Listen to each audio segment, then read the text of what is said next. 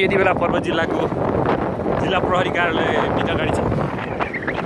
हाम्रो यात्रा अब बागलुङसम्मको रहनेछ। बागलुङ कालिका मन्दिर पुगेर दर्शन गरेर फर्किने क्रममा पर्वत जिल्लाको एक मात्रै बहुमुखी क्याम्पस गुप्तेश्वर बहुमुखी क्याम्पस नजिकै आइपुगेका छौँ हामी।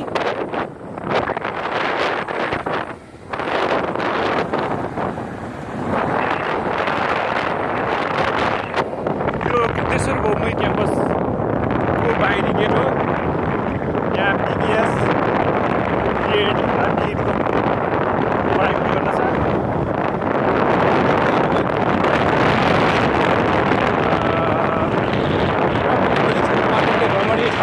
मार्च मेला भन्ने क्याम्पस हो यो। तर एउटा दुःखको कुरा के छ भने क्याम्पस नजिकै फोहोर व्यवस्थापन पर्वत जिल्लाको कुस्मा नगरपालिकाको कुस्मा बजारको फोहोर व्यवस्थापन चाहिँ हुन सकेको छैन।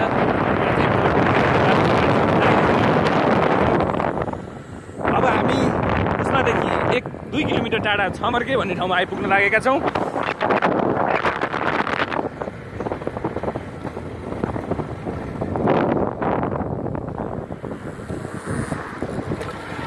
बाटो भने अलिकति बिग्रिएको छ। भर्खरै मात्रै नगरपालिका बनेको यस कुस्मा नगरपालिकाले भर्खरै बाटोलाई केही मर्मत गर्ने तयारीमा त छ, तर सम्पूर्ण बाटो मर्मत भने गरिसकेको छैन। छमर्के भन्ने ठाउँमा हामी आइपुगेका छौँ। यो लगभग 150-200 कुरियाको बस्ती रहेको अबको कुस्मा बजारको भविष्य बोकेको ठाउँ हो। यहाँ केही समतल एरिया पनि खाली रहेको छ।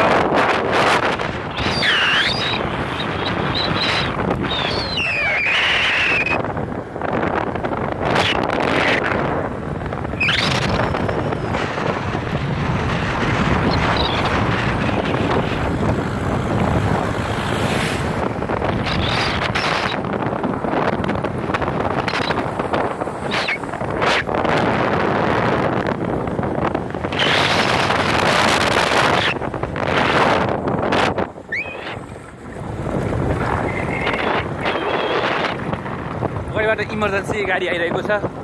बाटो साँघुरो छ।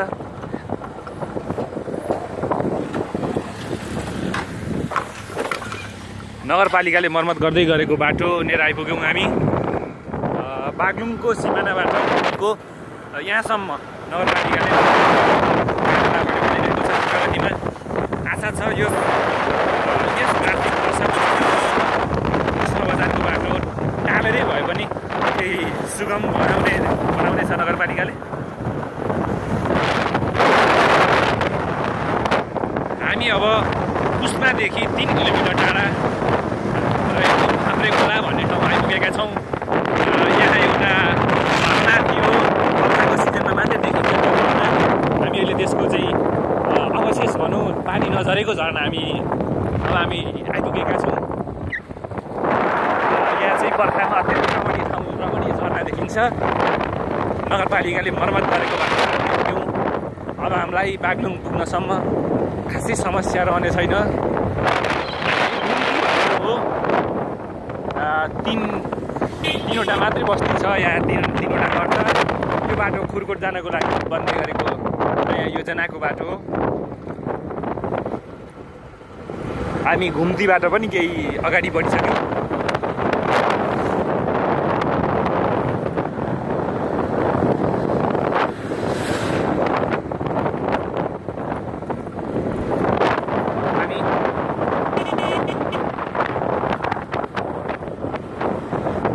यात्रालाई अत्यन्तै सुगम बनाउने हाम्रो सिबिजेडमा छौँ।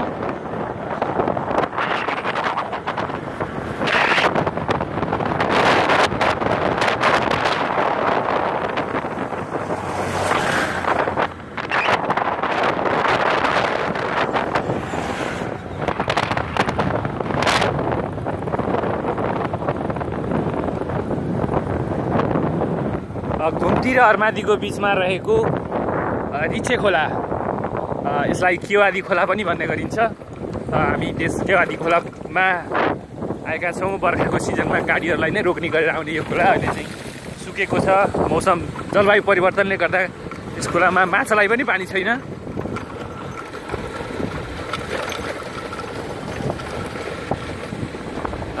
पहाडको बीच नामै पर्वत ठाउँै पर्वत जस्तो देखिन्छ, तर पर्वत विकट भने छैन, दुर्गम पनि छैन। पर्वत नै मानिन्छ। पर्वत भन्दामा नाममा पर्वत भए पनि डाँडाकाँडाहरू एउटा देख्न पाए पनि डाँडाकाँडाहरूले जिल्लालाई नै पर्वत जस्तो बनाएको चाहिँ छैन। हामी अर्मादी भन्ने ठाउँमा आइपुगेका छौँ। यहाँबाट अर्मादी सुरु हुन्छ।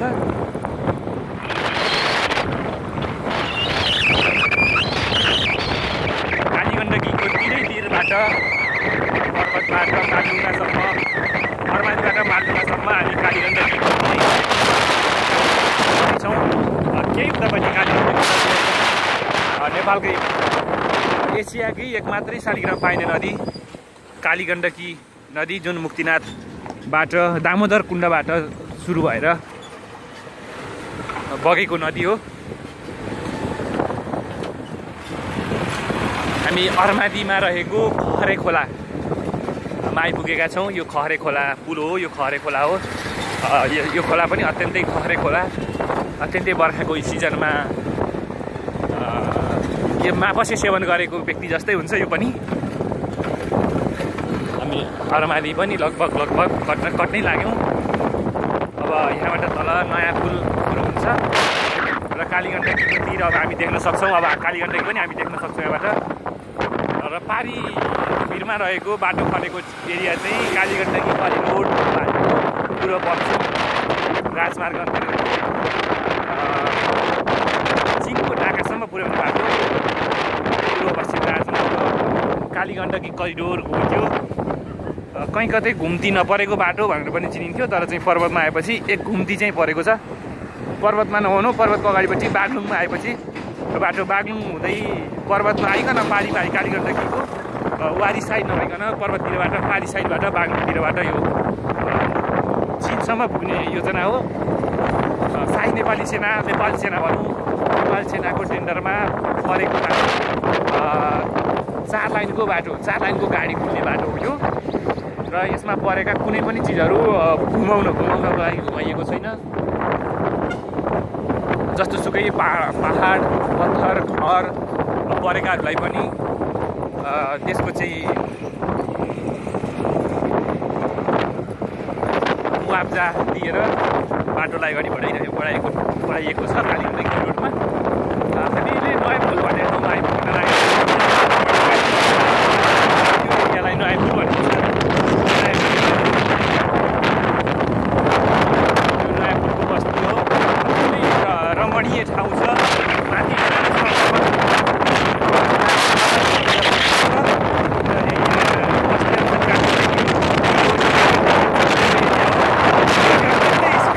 हाम्रो बाइकको स्पिड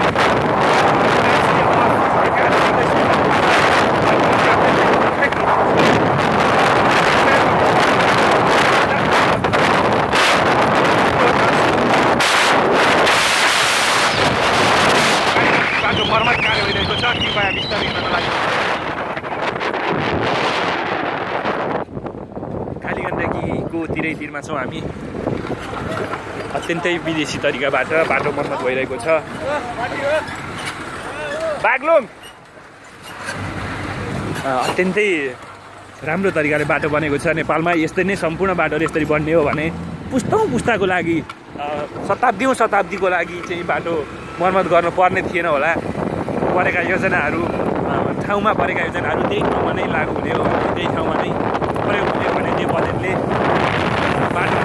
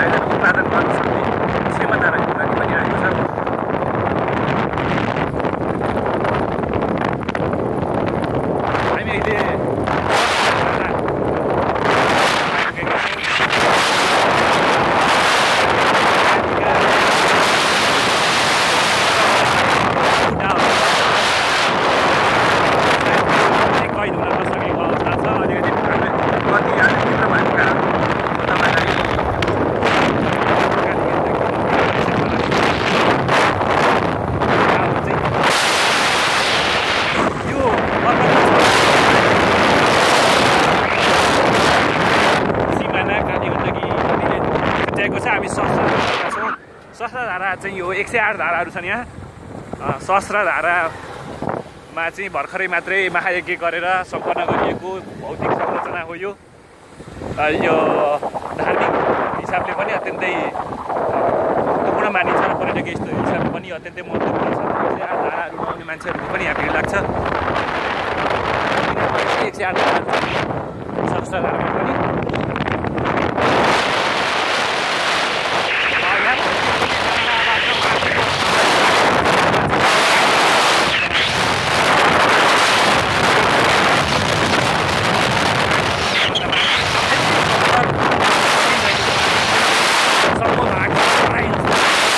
ट्र्याक्टरबाट खेल्ने काम कृषिको काम पनि तराईमा जस्तै अत्यन्तै सुगम तरिकाबाट हुन्छ। र भर्खरै मात्र एउटा नयाँ योजना गाउँलेहरूको पहलबाट के भएको छ भन्दा कालीगण्डकी नदीको पानीलाई पाङ गाविसमा छाड्ने काम भएको छ। पाङ अत्यन्तै समथर ठाउँ भए पनि पानीको सिँचाइको अभाव भएको भने भर्खरै मात्रै गाउँले पहल र कालीगण्डकीको पानी झार्ने काम भएको छ। हामी अब मालडुङ्गा जाँदैछौँ। हाम्रो सहस्रधारा सकिएर हुनेपछि हामी मालडुङ्गा पुग्नेछौँ।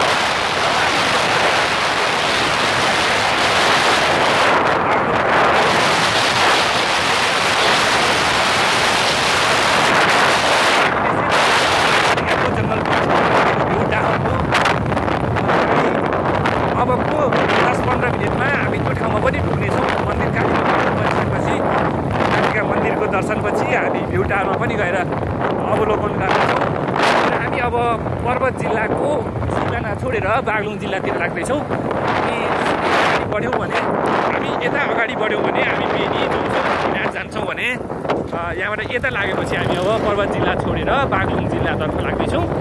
कालीगण्डकीको पुल तरियो भने हामी अब कालीगण्डकी पुलमा रहेको लम्बाइ 1.72 किलोमिटर रहेको कालीगण्डकी को पुल तरेर अब बागलुङ जिल्लातर्फ प्रवेश गर्दैछौँ। र यहाँ चेक पोइन्ट रहेको छ। पर्वत र बागलुङको चेक सिमाना हो यो भएको छ। पर्वत जिल्ला छोडेर छिमेकी जिल्ला बागलुङतर्फ हामी अगाडि लागिरहेका छौँ।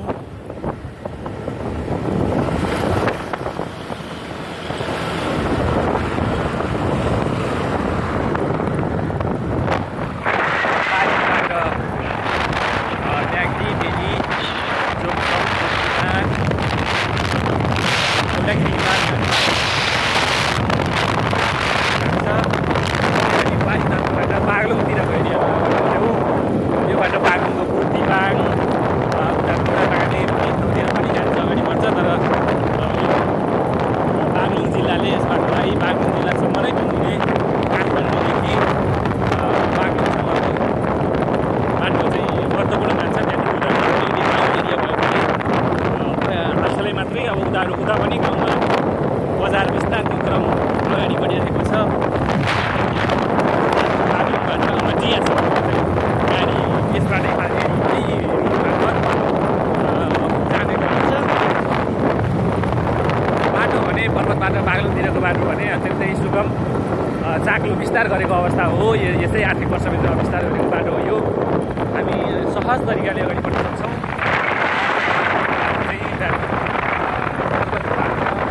पर्वतको एरिया हो यो। पर्वतबाट म्याग्दी जाने बाटो हो। र हामी अहिले बागलुङ कालिका दर्शनको क्रममा अगाडि बढिरहेका छौँ। बालडुङ्गादेखि केही मिटर अगाडि मात्रै आएका छौँ हामी।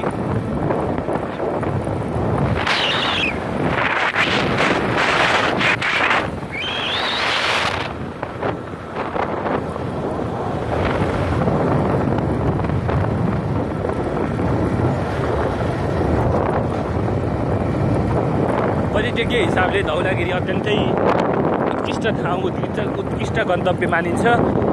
पर्वतमा रहेका अल्पेश्वर गुफा, गुप्तेश्वर गुफा, एसियाकै सबैभन्दा अग्लो झुलुङ्गे पुल, पहिलो झुलुङ्गे पुल र तेस्रो झुलुङ्गे पुल पर्वत जिल्लामा रहेको छ। अझै अग्लो झुलुङ्गे पुल पर्वतबाट मुडुकुवा जोड्ने पुलको उद्घाटन पनि भइसकेको छ। बन्जी जम्प पनि पर्वतमा बन्दैछ। विश्वकै अग्लो बन्जी जम्प सायद विश्वकै अग्लो बन्जी जम्प पर्वतबाट बन्दैछ। र केबल कार छ पर्वतमा। एन्ट्री पुल भनिन्छ। केही कालीगण्डकीको वारिपारीको लागि पर्वतमा बागलुङको पलेवाको लागि एन्ट्री पुल रहेको छ भने मैले जाने अनुसार बागलुङ जिल्लामा पनि एउटा जलुके पुल रहेको छ। अग्लो पुल छ, पुल भन्ने ठाउँ छ, कालीगण्डकी मन्दिर छ। र यस्तै पञ्चकोट भन्ने ठाउँ छ। 5वटा कोटहरूको सङ्गमस्थल पञ्चकोट भन्ने ठाउँमा पनि पर्यटकीय मन्दिरहरू बन्दैछन्। एसियाकै सबभन्दा ठुलो घन्टी बन्दैछ, सबभन्दा ठुलो कलश बन्दैछ मैले जाने अनुसार। पर्वत बागलुङ अब म्याग्दीमा रहेको, म्याग्दीमा पनि त्यस्तै अब अत्यन्तै पर्यटकीय स्थलहरू म्याग्दीमा पनि रहेको छ। कलेश्वर धाम, कलेश्वर मन्दिर रहेको छ। र त्यस्तै गरी मुस्ताङमा रहेको छ मुक्तिनाथ मन्दिर रहेको छ। पर्यटकको पहिलो केन्द्रबिन्दु, नेपालकै पहिलो केन्द्रबिन्दु धार्मिक हिसाबले पनि चार धाम मध्येको एक धाम रहेका मुक्तिनाथ बाबा मन्दिर रहेको छ। हामी यति बेला बागलुङ कालिका मन्दिर पुगेका छौँ। अब हाम्रो बाइकलाई यही साइडमा पार्किङ गरेर हामी मन्दिर परिसरभित्र अगाडि बढ्नेछौँ। हामी पूजाआजाको क्रममा चाहिँ छैनौँ। दुःखद घडीमा पनि हामी बागलुङ कालिका मन्दिर हेर्नको लागि हामी आइपुगेका छौँ। हाम्रो बाइक रोकेर अब हामी बागलुङ मन्दिर परिसरभित्र अगाडि बढ्दैछौँ। यो मूल गेट हो बागलुङ मन्दिर परिसरको। यहाँबाट 2 किलोमिटर अगाडि बढेपछि हामी बागलुङ बजार पुग्छौँ। आज हामी बागलुङ बजार नगइकन मन्दिर परिसरमा अगाडि बढ्छौँ र व्यापारिक हिसाबले पूजाको सामग्रीहरू बिक्री गर्नको लागि सम्पूर्ण बसिरहनु भएको छ। खाजाको लागि पनि राम्रो व्यवस्था बाहिर गरिएको छ। हामी अब कालिका मन्दिर परिसरमा अगाडि बढिरहेका छौँ।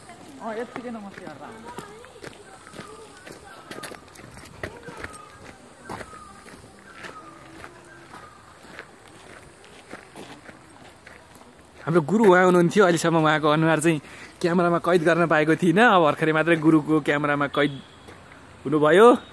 भिडियो मार्फत पनि कैद हुनुभयो। अब उहाँलाई चाहिँ भाग्यमानी मान्नुपर्छ। बागलुङ मन्दिर परिसरभित्र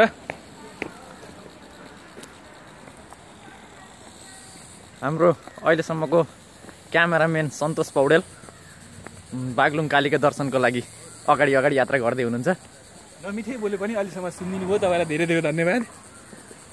अब कालिका मन्दिर परिसरभित्र हामी आइपुगेका छौँ। यो कालिका मन्दिर परिसरको एरिया हो। देख्दैमा अत्यन्तै सफा, सुन्दर र रमणीय स्थल हो। यो जङ्गल एरिया पनि कालिका मन्दिरको गुठीभित्रकै जङ्गल हो। चण्डिका देवीको मन्दिर हो त्यो सानो देखिने मन्दिर।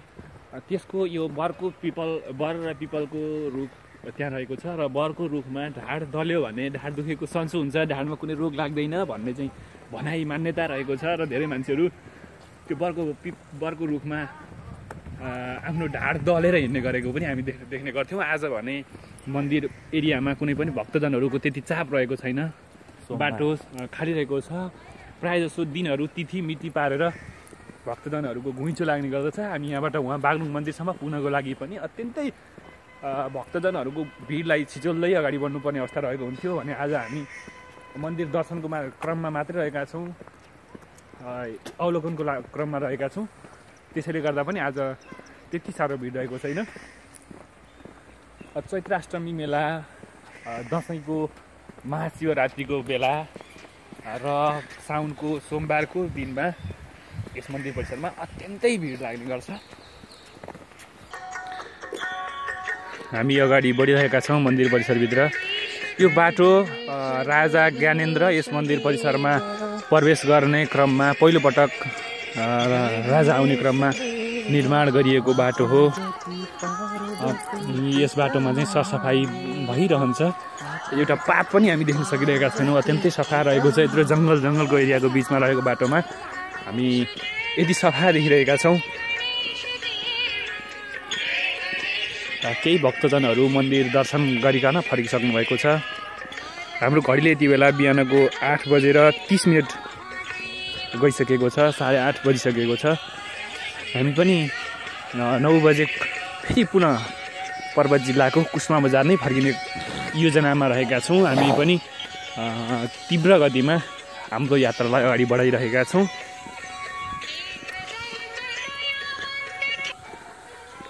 बन्दै गरेको अब बागलुङ मन्दिर परिसरमा पनि एउटा ट्याङ्की बनेको छ, धारा बन्दैछन् त्यहाँ। अत्यन्तै भौतिक संरचना पनि निकै परिवर्तन भइरहेको छ। हामी आएको बाटो चाहिँ त्यो हो। ठाउँमा धाराहरू, टोयलेट, ट्याङ्की बनेका छन्। यस ठाउँलाई सफा र स्वच्छ बनाउनको लागि धेरै ठाउँमा धारा, टोयलेटहरू बनेका छन्। टोयलेटहरू नहुँदा हामी सानो हुँदाखेरि मैले सुनेअनुसार खाजा खाने, जङ्गलतिर बस्ने, खाजा खाने र सुचिनिची गरे पनि उतै हुने मैले सुनेको थिएँ भने अहिले ठाउँमा हामी टोयलेट, धाराहरू पनि रहेको देखेका छौँ। अझै पनि मन्दिर परिसरभित्र, मन्दिर एरियाभित्र, मन्दिरकै आसपासमा अझै पनि केही संरचनाहरू परिवर्तन, केही संरचनाहरू थप हुँदै गरेको अवस्था हामी यहाँबाट देखेका छौँ।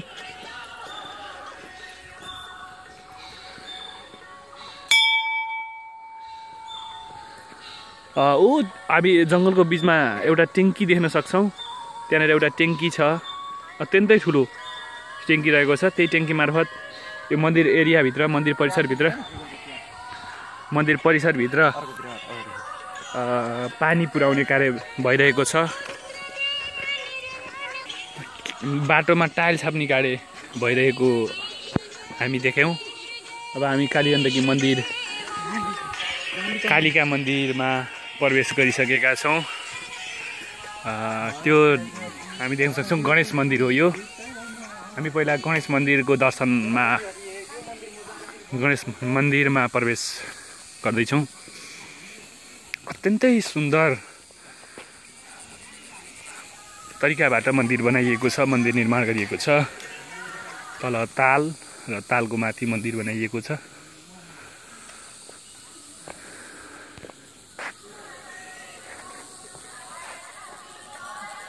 फोटो नि हैन, फोटो मिल्छ।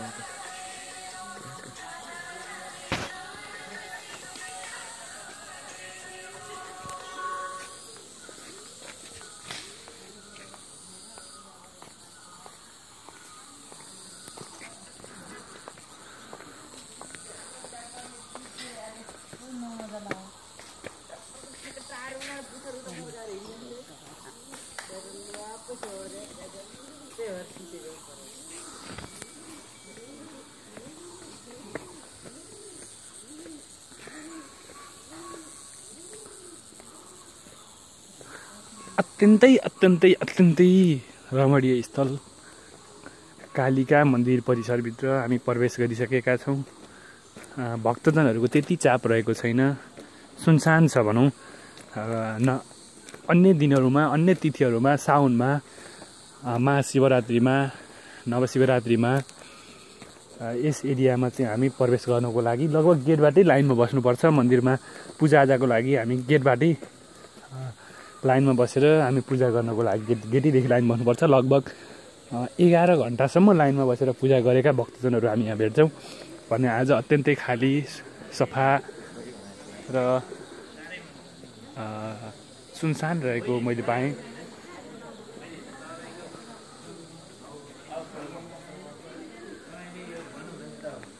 धेरै कुराहरूलाई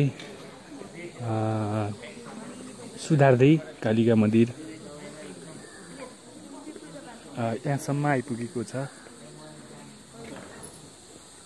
व्यवस्थित गर्दै, धेरै कुराहरू व्यवस्थित गर्दै कालिका मन्दिर अहिले सम्भव भएको छ। भजन कीर्तन कक्ष रहेको छ। सम्पूर्ण कक्षहरू छुट्टै बनाइएको छ।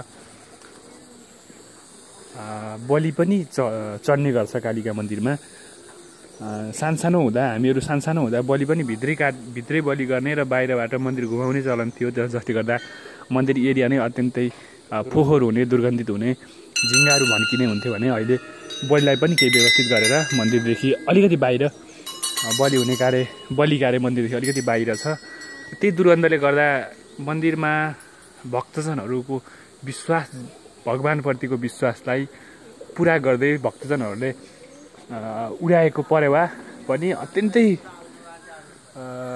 धेरै मर्ने र दिनमै मैले सोधेको थिएँ, दिनमै लगभग 100-150 वटा परेवाहरू दिनमै मर्छन् भनेर भन्नुहुन्थ्यो। यहाँ एकजना रेखदेख गर्ने एकजना बुवाले भने अहिले चाहिँ त्यस्तो सायदै नहोला, किनकि हामी त्यस्तो मरेको परेवा हामी खासै देखेका छैनौँ भने 1-2वटा परेवाहरू त अझै पनि छ, तिनीहरूको रोग चाहिँ अझै पनि छ, मरिरहेका छन् परेवाहरू, यसरी मरिरहेका छन्।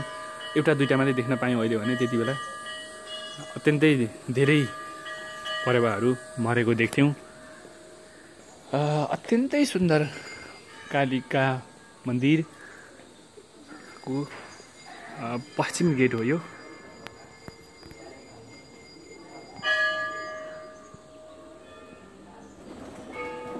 अ 108 पाला रहेका छन् यसरी नै बाहिर भने भित्र कालिका मन्दिर, भित्र कालिका माताको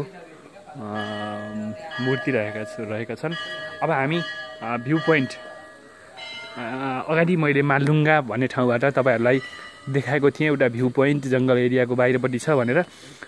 परेवाहरू यसरी मर्थे, मैले यस्ता परेवाहरू मरेको दिनमा 150सम्म परेवा मर्छन् भन्थे, अझै पनि व्यवस्थित हुन नसकेको हो कि भन्ने लाग्छ। यहाँ यसरी आगो बालिएको छ, परेवाहरू यहाँ यसरी पुलिएका छन्, यत्र तत्र मरेका परेवाहरू छरिएको देख्दा अझै पनि भक्तजनहरूले आफ्नो आशालाई पुरा गरेर कालिका मन्दिरमा आफ्नो मनोकाङ्क्षा पुरा भए मार्फत यसरी उडाइएका परेवाहरू यसरी व्यवस्थित हुन नसक्दा कालिका मन्दिर संरक्षण समितिको केही ध्यान नपुगेको हो कि अझै पनि संरक्षण नपुगेको हो कि भन्ने चाहिँ हामीलाई पनि आभास भएको छ। शरीरमै काँडा उम्रिने अवस्था छ, जिरिङ्ग काँडा उम्रिने अवस्था छ। यसरी आफ्नो आकाङ्क्षा पुरा भएर, आफ्नो मनोकाङ्क्षा पुरा भएर उडाएका परेवाहरू यसरी मरिनु, आलस तालस परेर छटपटाइरहनु एक हिसाबले कालिका मन्दिर संरक्षण समितिको पहल नपुगेको हामीलाई आभास भएको छ। अब हामी कालिका मन्दिरको भ्यू पोइन्टतर्फ लागिरहेका छौँ। कालिका भ्यू पोइन्टमा हामी लगभग आइपुगेका छौँ।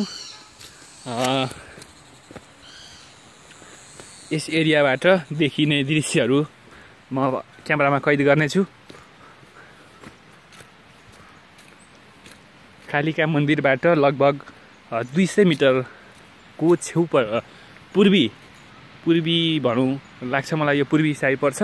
पूर्वी साइडमा रहेको कालिका भ्यू पोइन्टमा हामी आइसकेका छौँ। यहाँ बस्नको लागि पनि केही सामान्य व्यवस्था गरिएको छ र यो खतरालाई केही निर्मूल पार्नको लागि साइडमा बारको बन्देजको व्यवस्था गरिएको छ। यहाँबाट हामी मालुङ्गा, कालीगण्डकी नदी र पर्वत र बागलुङको सिमाना मालुङ्गा देख्न सक्छौँ। अत्यन्तै राम्रो देखिन्छ यहाँबाट भन्ने मैले सुनेको छु।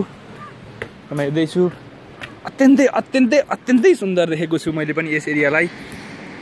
अत्यन्तै सुन्दर एरिया कालीगण्डकी नदी, कालीगण्डकी नदीमा रहेको पर्वत र बागलुङको सिमानामा रहेको मोटरेबल पुलमा गाडी हिँड्दै गरेका छन्।